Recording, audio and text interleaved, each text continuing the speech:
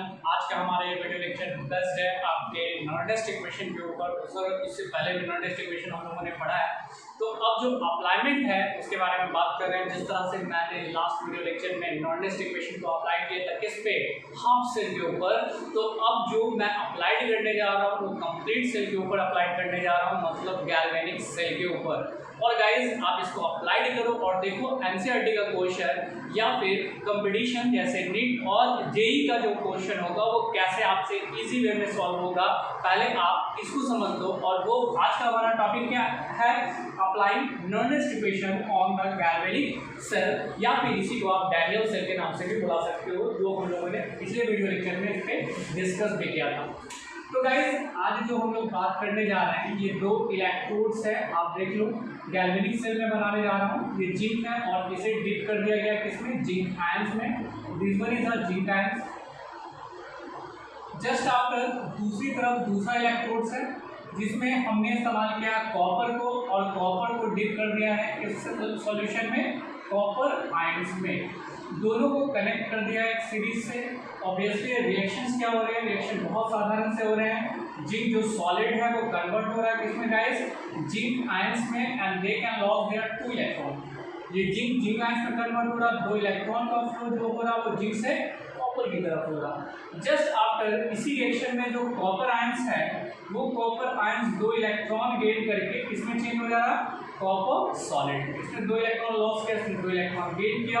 Overall जो हमारा reaction होगा वो ये होगा, zinc solid plus copper ions किस फॉर्म में, एक्वस के फॉर्म में, they will change into zinc ions aqueous plus copper solid के फॉर्म में। ये हमारा हो गया गैल्वेनिक सेल। वैसे तो हम लोगों ने इसे और भी बहुत अच्छे तरीके से पढ़ा है किसमें, गैल्वेनिक सेल में। तो काइंडली अगर आप वो वीडियो लेक्चर नहीं देखे हो तो इस गैल्वेनिक सेल का पूरा वीडियो लेक्चर आप देख लो। ये तो मैंने short points of view apply किया ताकि मैं इसे नॉर्डेस्ट इक्वेशन पे अप्लाई कर सकूँ। आगे आते हैं गाइस, जब ये रिएक्शन हमारे पास है तो अब जो अप्लाइमेंट करने जा रहे हैं नॉर्डेस्ट इक्वेशन में, तो हम लोग लिखेंगे E cell is equal to E naught cell minus RT by NF ln of KC। ये आपको दिख रहा ये कैसे आता है ये डेरिवेशन, इसको इससे पहले वाले वीडियो लेक्चर में मैंने एक्सप्लेन किया है, वही है, कुछ खास नहीं है। आप जानते हो ई नॉट सेल कैसे निकलता है, तो जब कभी भी स्टैंडर्ड सेल पोटेंशियल निकालना है आपको तो ई नॉट रिडक्शन होगा और गाइस ई नॉट ऑक्सीडेशन। इस बेसिस पे हम स्टैंडर्ड इलेक्ट्रोड पोटेंशियल के हेल्प से स्टैंडर्ड सेल पोटेंशियल निकाल सकते हैं। तो गाइस पहली बात तो रह गई ई नॉट सेल अपनी जगह पे रहेगा। ई नॉट सेल के साथ साथ यहाँ पे R है, और R का मान हमने बताया था आपको कि यहाँ पे आपको क्या अप्लाइड करना है, तो R का मान अप्लाइड कर दो, कितना हो जाएगा 8.314 जूल। ठीक है, टेम्परेचर कितना मान के चलना है, तो टेम्परेचर 298 केल्विन मान के चलना है, और फैराडे 96,500 कूलम। तो गाइस ये तो बात रही सर n को क्या मानेंगे। एक बात बता देता हूँ आपको, ये जो n है ये n रिप्रेजेंट करता है नंबर ऑफ इलेक्ट्रॉन के गेन को या लॉस को, या फिर मैं कह सकता हूँ इसके बारे में नंबर ऑफ इलेक्ट्रॉन पार्टिसिपेटिंग, कितना इलेक्ट्रॉन पार्टिसिपेट कर रहा है। तो गाइस ये n तो वेरिएबल होगा, डजंट मैटर। अब आ जाओ ln ऑफ KC को हम चेंज करेंगे लॉग के टर्म में, तो इसके लिए आपको मल्टीप्लाई करना होगा 2.303 लॉग बेस पावर 10 KC, इस टर्म में चेंज है। तो गाइस याद रखना टेम्परेचर कितना 298 केल्विन। तो सर अगर टेम्परेचर वैरी करेगा, ऐसा कोई भी क्वेश्चन आपको वेरिएबल टेम्परेचर वाला नहीं देगा, जब भी देगा 298 केल्विन। R तो फिक्स है ही और फैराडे फिक्स है। इसको आप अप्लाई कर दो, जैसे आप अप्लाई करोगे आपका हो जाएगा E cell is equal to E naught cell minus R की जगह पे इस वैल्यू को पुट अप कर देते हैं। वैल्यू है guys 8.314 into temperature 298 kelvin divided by, and वैसे ही रहने दो, फैराडे कितना 96,500 कूलम इनटू ln को आपको चेंज करना है किसमें, लॉग में। तो यहाँ पे आप करोगे 2.303 log KC। Just after guys in सारे को जब मैं मल्टीप्लाई करता हूँ, आप भी मल्टीप्लाई करके देख लेना, मल्टीप्लाई करके आपका आ जाएगा E cell is equal to E naught cell minus 0.059 divided by n log Kc। ठीक है, यहाँ तक अगर बात समझ में आ गई है तो आगे आप देखो, इसको मैं हटा रहा हूँ, इसको कोई इंपॉर्टेंस नहीं है अभी फिलहाल। इसमें अगर मुझे Kc निकालना है तो कैसे निकालेंगे? प्रोडक्ट का कंसंट्रेशन डिवाइडेड बाय रिएक्टेंट का कंसंट्रेशन। अब आ जाओ, प्रोडक्ट कौन है? तो जिंक आयंस है प्रोडक्ट, और कौन है? कॉपर सॉलिड है प्रोडक्ट। ये दोनों प्रोडक्ट है, चलो सही, डिवाइडेड बाय रिएक्टेंट। यहाँ पे दो नजर आ रहा है, पहला रिएक्टेंट है गाइस जिंक और दूसरा कौन सा रिएक्टेंट है? Copper ions. तो अब एक बात और मैं बताना चाहूँगा कि अगर कोई भी सॉलिड के फॉर्म में होगा, मैंने पहले भी बताया था आपको कि सॉलिड का कंसंट्रेशन ऑलवेज क्या होगा? 1 हो जाएगा। तो गाइस इस 1 को अगर यहाँ मैं अप्लाई कर देता हूँ, यानी कॉपर की जगह पे मैं क्या ले लेता हूँ? 1 ले लेता हूँ, वैल्यू वही हो जाएगी। जिंक की जगह पे क्यों क्या ले लेते हैं? 1 ले लेते हैं। तो Kc इज इक्वल टू क्या होगा? Zinc ions plus copper ions, क्योंकि सॉलिड है ये और ये भी क्या है? सॉलिड। और मैंने क्या कहा? सॉलिड का कंसंट्रेशन ऑलवेज क्या होगा? 1 होगा, और वो 1 को मैंने अप्लाई कर दिया। अप्लाई करने के बाद आप जस्ट देखो Kc इज इक्वल टू क्या होगा? Zinc ions plus copper ions. इसको यहाँ अप्लाई कर देगा। जैसे अप्लाई करेंगे तो ये हो जाएगा क्या? E naught cell minus 0.059 divided by n। n का मान भी यहाँ ले सकते हो क्योंकि नंबर ऑफ इलेक्ट्रॉन पार्टिसिपेटिंग आपको दिख रहा है, ऐसे n का मान इस सेल में कितना हो जाएगा? 2 हो जाएगा। तो यहाँ पे लगाएंगे log, और log के जगह पे Kc, और Kc में क्या आ रहा है आपका? Zinc ions plus copper ions, मतलब ये हो गया zinc ions divided by copper ions. या फिर आप इसे प्रोडक्ट और इसे रिएक्टेंट भी कंसीडर कर सकते हो। ये आपका तरीका हो गया गैसेस को निकालने का, EMF को निकालने का एट ए डिफरेंट कंसंट्रेशन के ऊपर। तो गाइस अगर ये समझ में आ गया, इसका जल्दी से स्क्रीनशॉट लो, और यही फॉर्मूले का यूज होगा हमारे किसी क्वेश्चन को सॉल्व करने में। और क्वेश्चन कैसे होंगे वो अभी जस्ट मैं बता रहा हूँ आपको, जल्दी से इसका स्क्रीनशॉट लो। स्क्रीनशॉट हो गया गाइस? चलते हैं टॉपिक के ऊपर, यानी कि एक क्वेश्चंस के ऊपर, कि क्वेश्चंस कैसे होंगे उस क्वेश्चन को हम लोग अप्लाई करेंगे और इस फॉर्मूले के बेसिस पे बना के देखेंगे कि क्या ये फॉर्मूला सही पुटअप हो रहा है या नहीं हो रहा। जैसे एक क्वेश्चन क्या कहता है, मैं लिखता हूँ क्वेश्चन है calculate EMF of the given cell आपका दिया हुआ, क्या दिया हुआ है बाबू? जिंक सॉलिड है, ऑब्लिक जिंक आयंस है, और इसका कंसंट्रेशन है 0.1 है। ध्यान से देखना, मेरी बात समझना मैं क्या बोल रहा हूँ।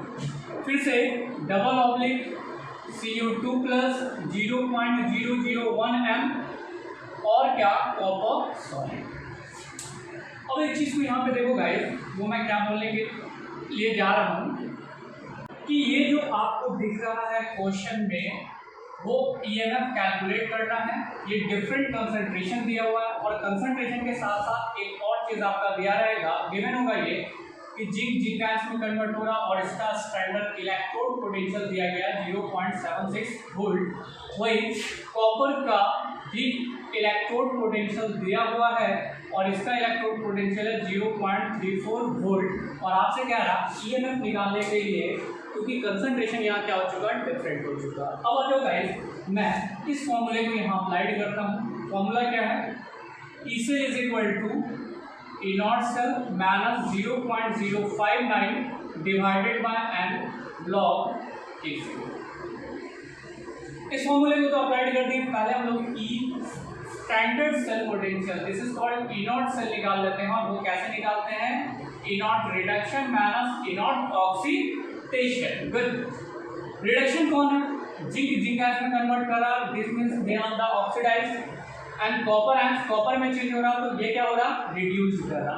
तो कॉपर रिड्यूस कर रहा है, इसलिए इसकी वैल्यू लिखेंगे 0.34 माइनस 0.76। ये गाइस टोटल आ जाएगा कितना? 1.10 वोल्ट। मतलब आपका स्टैंडर्ड सेल पोटेंशियल निकल गया। कैसे निकल गया? रिडक्शन से ऑक्सीडेशन को आपने घटा दिया, आपका इसी वे में क्या आ गया? Standard cell potential. तो गाइस स्टैंडर्ड सेल पोटेंशियल हमारा आया 1.10 वोल्ट माइनस क्या कर देंगे? 0.059 डिवाइडेड बाय n। n का मतलब नंबर ऑफ इलेक्ट्रॉन पार्टिसिपेटिंग। यहाँ देखो ये 2 इलेक्ट्रॉन लॉस कर रहा और ये 2 इलेक्ट्रॉन गेन कर रहा, तो n की जगह पे क्या लगा देंगे? 2। अब आते हैं गाइस लॉग केसी के टर्म में। तो यहाँ पे जो कंसंट्रेशन होगा, जैसे मैंने अभी बताया कि ये यहाँ पे, अब देखना ये रिएक्टेंट है, पार्टिकुलर एक इलेक्ट्रोड पे कंसंट्रेट करना। जिंक सॉलिड के फॉर्म में था और प्रोडक्ट जिंक का क्या बना, जिंक आयन। वही कॉपर आयन रिएक्टेंट के फॉर्म में था, उसका प्रोडक्ट क्या बना, कॉपर। इस दोनों को मैं हटा रहा हूँ क्योंकि मल्टीप्लाई करके वही आ जाएगा, क्योंकि सॉलिड का कंसंट्रेशन ऑलवेज 1 होता है। ये प्रोडक्ट और ये रिएक्टेंट, तो यहाँ लॉग केसी की जगह पे मैं लिख सकता हूँ Zn2+ का कंसंट्रेशन और क्या Cu2+ आयंस का कंसंट्रेशन। इस दोनों को अप्लाई कर देंगे। और इससे पहले मैंने कौन सा वीडियो लेक्चर अपलोड किया है, लॉग का और एंटी लॉग का। अगर आप लॉग और एंटी लॉग समझते हो तो इस क्वेश्चन को आप ये सॉल्व करके आ 1.10 वोल्ट माइनस 2 सेकंड 50 मार दो 0.0295 log zinc ion. Zinc ion का कंसंट्रेशन है 0.1 डिवाइडेड बाय कॉपर आयन का कंसंट्रेशन है 0.001। Guys just 1.10 volt minus 0.0295। अब देखो यहाँ डेसिमल यहाँ है, तो ये कितना डिजिट पीछे जाएगा 3, तो ये हो जाएगा 10⁻³ डिवाइडेड बाय 10⁻⁻1। ये जस्ट ऊपर जाएगा तो प्लस में चेंज हो जाएगा और बन जाएगा क्या, log 10⁻²। और log 10⁻² का मान क्या होता है, फिर से 2 से मल्टीप्लाई कर दो, मतलब वही पहुंच जाएगा 1.10 वोल्ट माइनस 0.059 और 1.10 वोल्ट को घटा देंगे हम, और हमारा वैल्यू क्या आ जाएगा, हमारा वैल्यू आ जाएगा EMF का, जिसको आप कह रहे हो E सेल का। यानी कि यहाँ माइनस है, यहाँ प्लस है, प्लस माइनस क्या होता है, माइनस होता है। ऑब्वियसली साइन इसका होगा प्लस का होगा, और आप घटा दो, घटा ही देते हैं 1.10 वोल्ट और क्या 0.059। तो यहाँ एक 0 लगा देते हैं, 10 में से हो गया 1। गाइस हमारा कैलकुलेट करके आंसर आ रहा है 1.041 वोल्ट। ये आपका आंसर हो गया किसका, EMF सेल का। इसी को आप भी अप्लाई करोगे इसमें एनसीईआरटी के क्वेश्चन में, तो जल्दी से इसके स्क्रीनशॉट लो और मैं क्वेश्चन देने के लिए रेडी हूँ। हाँ तो गाइस ये क्वेश्चन आपके सामने है, एनसीईआरटी का क्वेश्चन नंबर 3.5। क्वेश्चन क्या कह रहा है, write the Nernst equation and EMF of the following cell at 298 kelvin. मैंने क्वेश्चन में भी बताया था कि जो भी होगा क्वेश्चन वो आपका कितने पे होगा, टेम्परेचर 298 केल्विन पे होगा। इससे बार बार आपको डेरिवेशन सॉल्व करने की जरूरत नहीं है। आगे आते हैं, जिसमें मैग्नीशियम आयन में कन्वर्ट होगा, कॉपर आयन कॉपर में कन्वर्ट होगा, और ये गिवन। गाइस वीडियो को पॉज करो और एक बार आप ट्राई करके देखना, आई थिंक सो आंसर हमारा मैच करेगा, और उसके बाद हम भी क्वेश्चन बनाएंगे, उससे मैच करा लेना। तो your time start now. Question solve. चलो गाइस, तो इतना जल्दी वीडियो को पॉज किए थे, अगर नहीं किए तो वीडियो को पॉज करो, अभी भी टाइम है, जल्दी से इसको सॉल्व करो। सॉल्व करने के बाद हम एक बार मैच कराएंगे, इसको आंसर को सॉल्व हो गया गाइस। चलो अब बात करते हैं, नॉर्डनेस इक्वेशन निकालना है। तो हमारे पास, हम भले ही डेरिवेशन नहीं जान रहे हो, अगर ये चीज़ आप जान रहे हो, question solve. E cell is equal to E0 cell minus 0.059 divided by n, क्या चीज़, लॉग प्रोडक्ट का कंसंट्रेशन डिवाइडेड बाय रिएक्टेंट का कंसंट्रेशन। इसमें सबसे पहले आप निकाल लो स्टैंडर्ड सेल पोटेंशियल। तो स्टैंडर्ड सेल पोटेंशियल निकालने के लिए क्या होगा, रिडक्शन माइनस ऑक्सीडेशन। तो सर रिडक्शन ऑक्सीडेशन कैसे जानेंगे, मैंने क्या कहा था, इंक्रीजमेंट ऑफ ऑक्सीडेशन ऑक्सीडेशन और डिक्रीजमेंट रिडक्शन। तो मैग्नीशियम आयन में चेंज हो रहा है, बोलो ऑक्सीडेशन की रिडक्शन। तो ऑब्वियसली ये ऑक्सीडेशन करेगा, तो मैं इसको मान लेता हूँ कि ये ऑक्सीडाइज कर रहा है। तो जाहिर सा बात है ये क्या करेगा, रिड्यूस। दोनों का दोनों को ऑक्सीडाइज नहीं कर सकता ना, या दोनों का दोनों रिड्यूस नहीं करेगा। तो गाइस ऐसे केस में इसके वैल्यू को 0.34 माइनस 2.36 कैलकुलेट कर दूँ, 0.72 इतना आ रहा है वोल्ट। इसका मान स्टैंडर्ड सेल पोटेंशियल का सबसे पहले पुटअप किए, सही आ रहा है। चलो ठीक है, यहाँ तक का आंसर मैच कर रहा है। अब आते हैं 0.059 डिवाइडेड बाय n। n का मतलब number of electron participating. Magnesium ion में चेंज हो रहा है, मतलब 2 इलेक्ट्रॉन, और कॉपर में चेंज हो रहा है, मतलब 2 इलेक्ट्रॉन। तो 2 4 नहीं, बल्कि नंबर ऑफ पार्टिसिपेटिंग इलेक्ट्रॉन 2 है। आते हैं गाइस लॉग में, प्रोडक्ट और रिएक्टेंट। अब आपने फिर से डिसाइड कर लो, ये सिंगल लाइन के लेफ्ट वाला रिएक्टेंट है और राइट वाला प्रोडक्ट है। वैसे ही सिंगल लाइन के लेफ्ट वाला रिएक्टेंट और ये प्रोडक्ट और ये रिएक्टेंट को काट दी, क्यों काटे पता है ना, क्योंकि सॉलिड का कंसंट्रेशन ऑलवेज वन होगा तो मल्टीप्लाई करके वही वैल्यू आ जाएगी। प्रोडक्ट रिएक्टेंट, प्रोडक्ट ये है और रिएक्टेंट ये है। तो लॉग में प्रोडक्ट को ऊपर लिखेंगे, उसके कंसंट्रेशन को जो है 0.001 m डिवाइडेड बाय क्या 0.0001 m। तो आपको ये क्वेश्चन सिर्फ देखने में डरावना लगता है, डरावना क्वेश्चन बहुत इजी क्वेश्चन है। अप्लाई करें तो आंसर आ जाएगा 2.70 माइनस 2 से इसको कैलकुलेट कर दो 0.0295 लॉग क्या रहा 10⁻³ सही है 1 2 3 4 मतलब 10⁻⁴ जस्ट ऊपर जाएगा तो क्या बच जाएगा 1 और जब 1 क्या मतलब 2.70 माइनस 0.0295 10⁻⁴ ऊपर जाएगा तो +4 और प्लस माइनस कट करके बचेगा 10 मतलब log 10 का मान क्या होता है 1 होता है 1 से इसको मल्टीप्लाई कर दो मतलब 2.70 माइनस 0.0295 इंटू 1 से मल्टीप्लाई करेंगे वही रहेगा घटा ना दो बचा 2.6705 घट पे आपका ये आ रहा था आंसर मैच कर गया एनसीईआरटी का ये क्वेश्चन सॉल्व। नेक्स्ट क्वेश्चन पे बात करें जल्दी से इसका screenshot low I think so आपके कॉपी में भी बन गया होगा ये आंसर। अगर कहीं गलती हुआ तो उसको सुधारो। अगले क्वेश्चन की तरफ बढ़ते हैं गाइस इसके बाद। हाँ तो गाइस अब जो क्वेश्चन हमारे सामने है एनसीईआरटी का ये भी क्वेश्चन है लेकिन एनसीईआरटी का क्या इंटेक्स्ट क्वेश्चन 3.5 तो सर इससे पहले भी एनसीईआरटी का 3.5 का कौन सा क्वेश्चन था एग्जांपल का क्वेश्चन है और ये इंटेक्स्ट का क्वेश्चन है दोनों को बना के देखेंगे। Calculate the EMF for the following से वही चीज निकालना है। रिएक्शन टेक प्लेस रिएक्शन आपके सामने है given that E naught cell जो आपके पास दिया हुआ है वो कितना है 1.05 तो सर इसमें इलेक्ट्रोड पोटेंशियल को नहीं दिया हुआ राइट बेटा आपका सेल पोटेंशियल दिया हुआ आपको यहाँ पे सेल पोटेंशियल निकालने की जरूरत नहीं ठीक है। अब आगे गाइस इस क्वेश्चन को देख करके ईएमएफ जल्दी से आप कैलकुलेट करो। मैं थोड़ी देर के लिए आप वीडियो को पॉज कर दो उसके बाद आंसर मिलाना your time start now. Question solve चलो आते हैं E cell is equal to E naught cell minus 0.059 divided by and log product by reaction clear है। दो तरीके से हो सकता है चाहे तो इस तरह का रिएक्शन बना हो सकता है या डंडा वाला चीज हो सकता है जिसमें रिप्रेजेंट किया जाता है गैल्वेनिक सेल को यानी रिप्रेजेंट करके भी आपसे पूछ सकता है या डायरेक्ट रिएक्शन हो सकता है डजंट मैटर। ये सॉलिड आप साइड हट जाएगी ये सॉलिड आप साइड हट जाइए बचा ये रिएक्टेंट और ये हो गया product clear. Standard cell potential direct दिया हुआ हम क्यों ना पुट अप कर दें हमें निकालने की जरूरत ही नहीं है। 0.059 डिवाइडेड बाय n का मतलब नंबर ऑफ इलेक्ट्रॉन पार्टिसिपेटिंग। निकल आयंस में चेंज हो रहा 2 इलेक्ट्रॉन लॉस कर रहा वही एक सिल्वर 1 इलेक्ट्रॉन गेन कर रहा तो जाहिर सी बात है 2 मूव सिल्वर कितना गेन करेगा 2 तो n पार्टिसिपेटिंग कितना हो गया तो बहुत इजी है नंबर ऑफ इलेक्ट्रॉन गेन और लॉस सिर्फ डिसाइड करना just after log product reactant तो ये प्रोडक्ट और ये रिएक्टेंट प्रोडक्ट का कंसंट्रेशन है 0.160 टू दी पावर 1 क्योंकि इसके आगे मोल कितना है 1। अब देखना यहाँ सिल्वर की बारी आ रही है जिसमें कितना है 0.002 to the power 2 sir power क्यों लगाएं क्योंकि आगे कितना है 2 मोल इससे पहले वाले में सब में 1 मोल था इसलिए पावर हम लोग स्क्वायर नहीं यूज कर रहे हैं।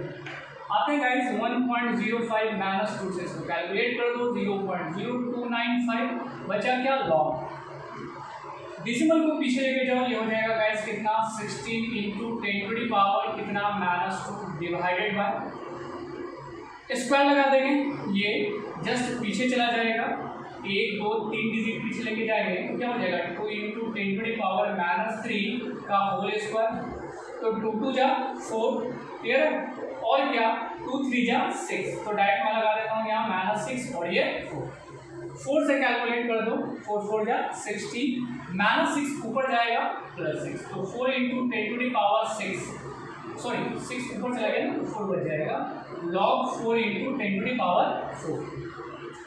इस तरह के फॉर्म को मैंने बताया था आपको कैसे तोड़ के लिखना है इससे पहले वाले फॉर्म में log 4 into 10 to the power 4 इसको दो फॉर्म में तोड़ दो log 4 plus log 10 to the power 4 कौन सा फॉर्मूला लग रहा है फॉर्मूला लग रहा log क्या x into y is equal to log x plus log y। तो गाइस यहाँ पे log 4 का मान पुट अप करेंगे जो होता है 0.60 2 चलेगा, plus log 10 to the power 4 का मान क्या हो जाएगा 4 log 10, और log 10 का मान क्या होता है 1 से मल्टीप्लाई करेंगे तो ये रह जाएगा, तो ये हो गया 0.6 प्लस 4, दोनों को ऐड कर दो हो जाएगा 4.6। तो गाइस log 4.6 आ गए यहाँ पे, जैसे log 4.6 आया हम यहाँ पे 1.0 यहाँ थोड़ा पीछे 1.05 माइनस 0.0295 इंटू किसे मल्टीप्लाई कर देंगे 4.6 से, जैसे 4.6 से मल्टीप्लाई करेंगे ये हमारा हो जाएगा 1.05 माइनस 0.135, इसको घटा देंगे 1.05 को माइनस 0.135 तो हमारा घट कर आ जाएगा 0.914, जो हमारा आंसर बन गया।